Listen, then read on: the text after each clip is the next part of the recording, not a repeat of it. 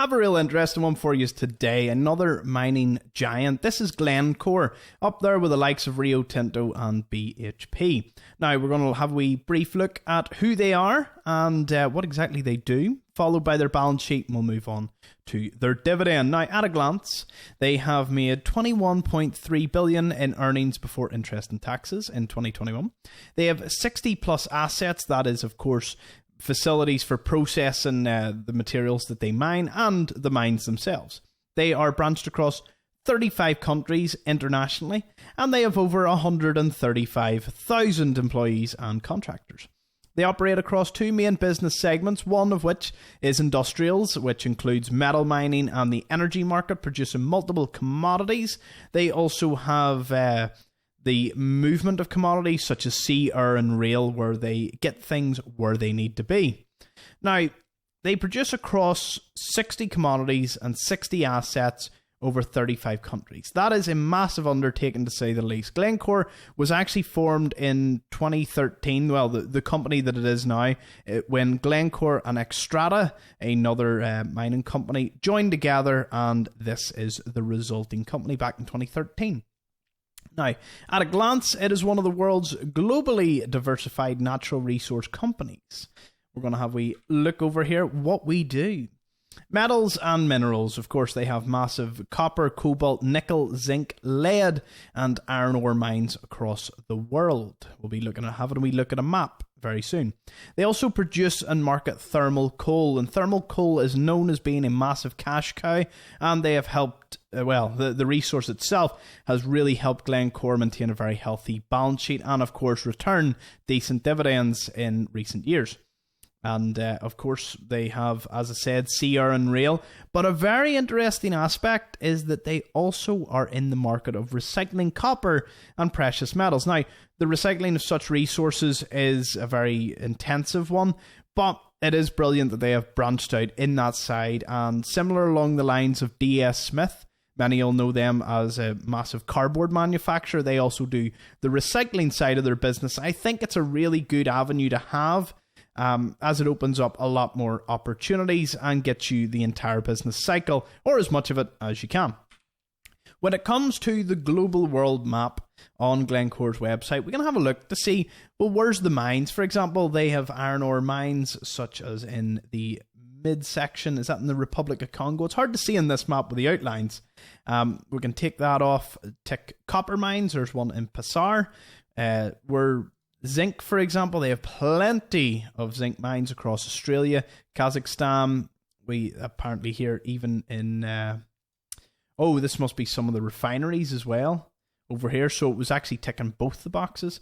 When it comes to coal, we can see those mines reside in South Africa and Australia, as well as in Canada. And that looks to be, is that in the Caribbean or is that in the North Colombia, Venezuela? I can't really see the border, but you get the idea.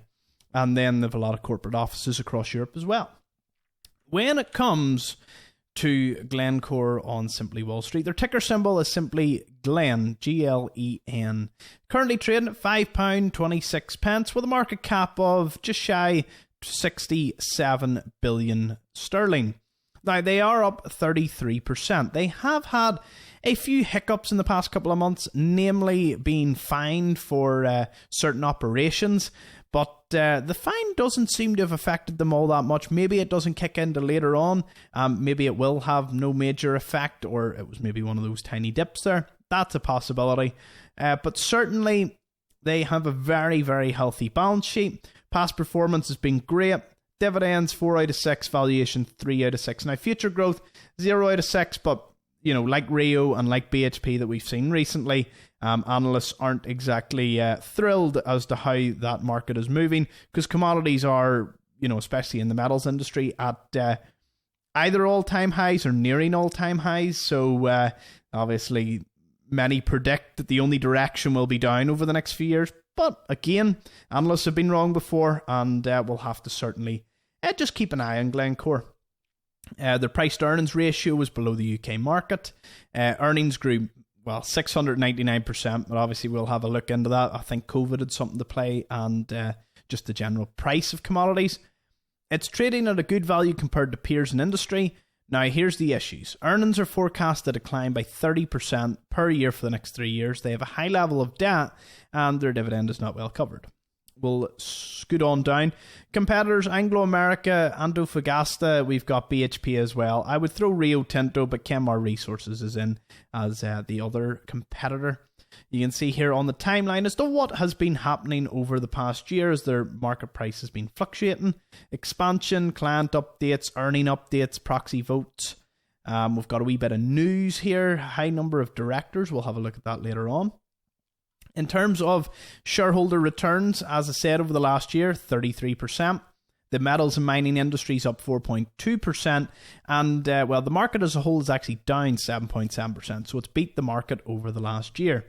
It is slightly less volatile than the industry itself of mining and metals. But obviously it's still a rather volatile industry overall, considering it's cyclical with the prices of iron ore, for example, and other metals. Founded in 1974, currently, as you've seen earlier, 135,000 employees, massive workforce. Gary Nigel seems to be, if that's how you pronounce it, is the CEO. And obviously you can expand this and see a whole lot more. It is headquartered in Baar in Switzerland at the moment. Gives you a wee bit of a bit of information on the merger with Xstrata as well. Their PE ratio is 5.1. Revenue of 202 billion, earnings 13, market cap of 66. So it's actually trading at a low price to sales ratio as well. Next earnings update is February 15th, 2023, and at the current date of 8th of January when I did this video, that means we're about a month away, so I'll definitely be doing a video on the earnings update for Glencore. I'll be keeping a close eye on them. Gross margin 9.54%, net profit 6.46%, and debt equity ratio 66.9%. Nothing major there. Definitely nothing jumping out at me at the moment. Payout ratio 22%, yield of 5.8%. Okay. Valuation is 3 out of 6. So, as we can see, compared to peers, Glencore are definitely among the lower ones. I'm actually going to edit the peers. I'm taking Kenmare Resources out because I want to include Rio Tinto. Yeah, that's the Rio Tinto in instead. I'm more familiar with all these. So Rio Tinto trades at 6.7, Anglo America 7.3, and BHP 8.2. Now, I haven't done a video on Antofagasta as of yet. A dedicated video on its own. I have seen it in the FTSE 100. It's at 22.3. So compared to all its peers of similar levels and size, Glencore's actually the lowest PE, down at 5.1. So it's definitely a good value based on PE as a metric for sure. The only one actually trading lower would be like Ferrexpo, and Ferrexpo's trading lower mainly because, you know, it's down at the moment due to the war in Ukraine.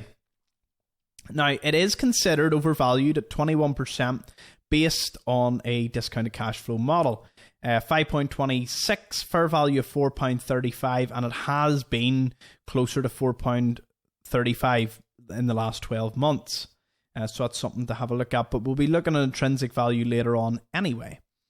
Future growth is minus 30%.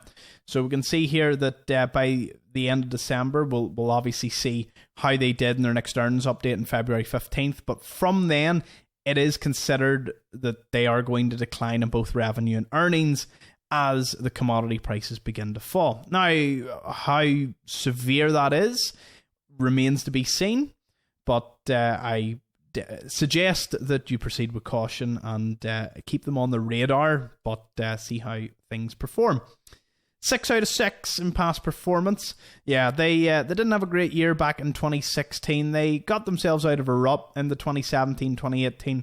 Again, pandemic hits, earnings and revenue takes a massive hit. They've since recovered their revenue and earnings to pre-COVID levels. And free cash flow sits at about $5.1 billion. But again, free cash flow is something that mining companies are very good at having.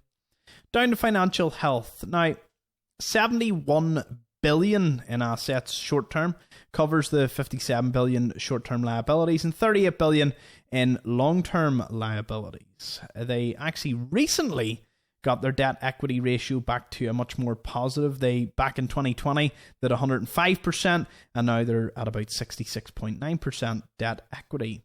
In cash, they have about 2.8 billion in cash and equivalents. Now, when it comes to their debt being covered by cash flow, it's 30.6%, so that's considered well covered. Interest coverage is also at a 19.1x coverage. Now, we look at their balance sheet here. Alpha Spread also has another breakdown of their balance sheet. Dividend yield, 5.82%. It's notable, it's high, it's not stable, but it is growing and it's covered by earnings. Not so much cash flow. We'll have a look at that. Company, 5.8%. It is forecast to actually grow to 8.5% in the next 3 years, beating the industry average and definitely getting into the top 25% of the market in terms of dividends. So the forecast, obviously that is fantastic in the next 3 years, 8.5, but it is expected to dip. Again, very basic information when it comes to mining companies. When times are good and commodity prices are high and they're making lots of money, special dividends are paid out, higher yields, higher dividends per share. When things aren't going so well, they're one of the first to cut or drastically reduce their dividends. One of the risks that you run with mining firms, and something to always consider, to say the least. 92% paid as a dividend, cash flow retained 8%, pretty high in terms of a cash payout, something to bear in mind. When it comes to management, the average management tenure is actually 4.5 years, which is considered pretty experienced. Gary's been in the job only a year and a half. He joined in 2021, just sort of, I'd say, tail end of the pandemic for majority of the world.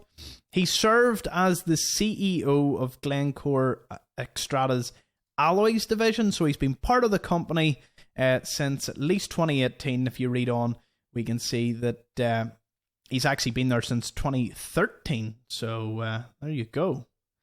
Let's see. Leadership team, average tenure 4.5 years. What about the board? 2.9, so a little under the 3-year threshold to be considered experienced. But again, Gary has obviously been part of the company for quite a while, so his tenure, that's only as CEO. He has been involved in Glencore a lot longer than that.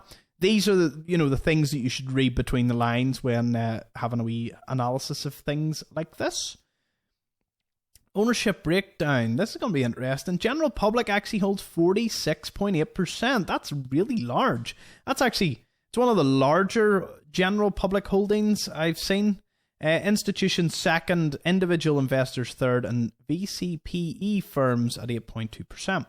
So that's private equity firms. Who would they be? Qatar Holdings is actually the private equity firm at 8.2%. Ivan Glassenberg is 9.5%, and BlackRock and Vanguard are the other two in the top 4. Nice to see. Well, nice to see. Very unusual not to see them at the top, isn't it? Yeah. It seems that the workforce fluctuates, but I'm not sure how accurate the number of employees are, but 135,000 at the moment is pretty close.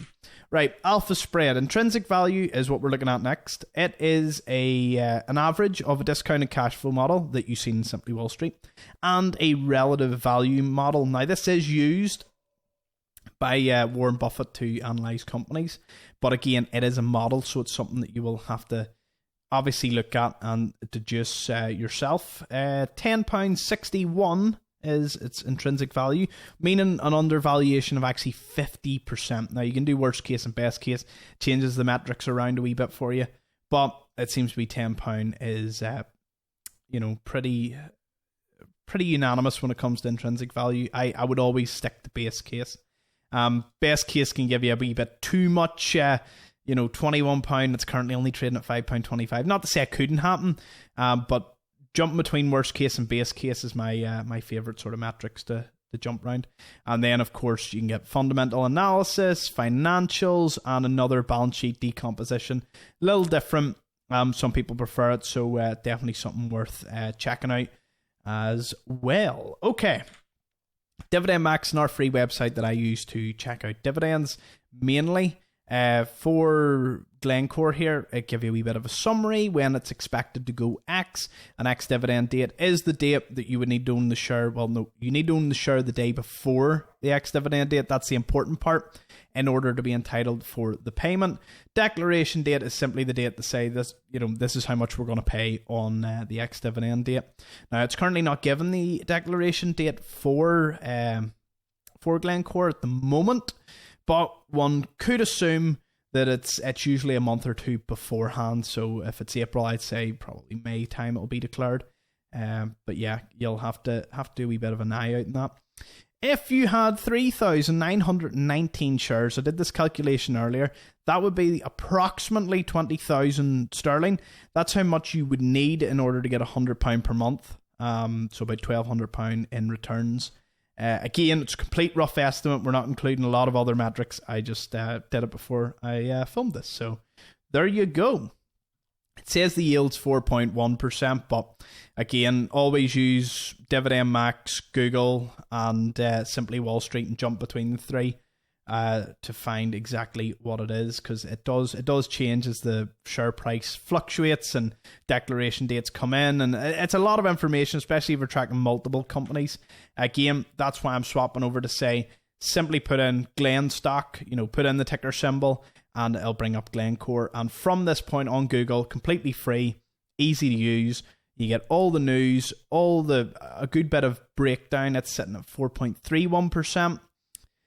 For example, we can take it out to a year, 5 years, get a really massive picture of the company.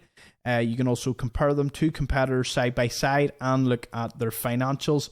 For example, I can give you as up to date as June 2022. That's pretty handy. And it'll update as the information comes in. And that has been Glencore PLC. Let me know what you think in the comment section below. Is it part of your portfolio? What's your thoughts on them? And any suggestions, throw them down. I'll see you all in the next one. Thank you.